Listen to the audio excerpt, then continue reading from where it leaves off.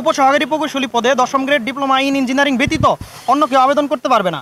উপসহকারী প্রকৌশলী ও সমমান পদ ডিপ্লোমা ইঞ্জিনিয়ারদের জন্য সংরক্ষিত রাখতে হবে এবং 4 বছরের ডিপ্লোমা ইঞ্জিনিয়ারিং কোর্স সম্পূর্ণ করা মনোটেকনিক এবং মনোটেকনিকের শিক্ষার্থীদের উপসহকারী প্রকৌশল পদে নিয়োগের ব্যবস্থা করতে হবে।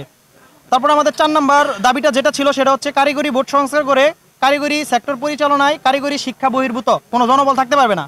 কারিগরি শিক্ষা অধিদপ্তরের বিতর্কিত 5 নম্বর দাবি যেটা বলতেছি, কারিগরি শিক্ষা অধিদপ্তরের বিতর্কিত নিয়োগ বিধিমালা সংশোধন করে সকল শূন্য পদে জনবল নিয়োগ করে শিক্ষক সংকট দূর করতে হবে। একই সঙ্গে প্রতিষ্ঠানের বিভিন্ন কার্যক্রমের সাথে আইডিইবি এবং পলিটেকনিক ও টিএসসির শিক্ষকদের সাথে ছাত্র প্রতিনিধি নিশ্চিত করতে হবে এবং উচ্চশিক্ষা বৃদ্ধির লক্ষ্যে ডিপ্লোমা ইন ইঞ্জিনিয়ারিং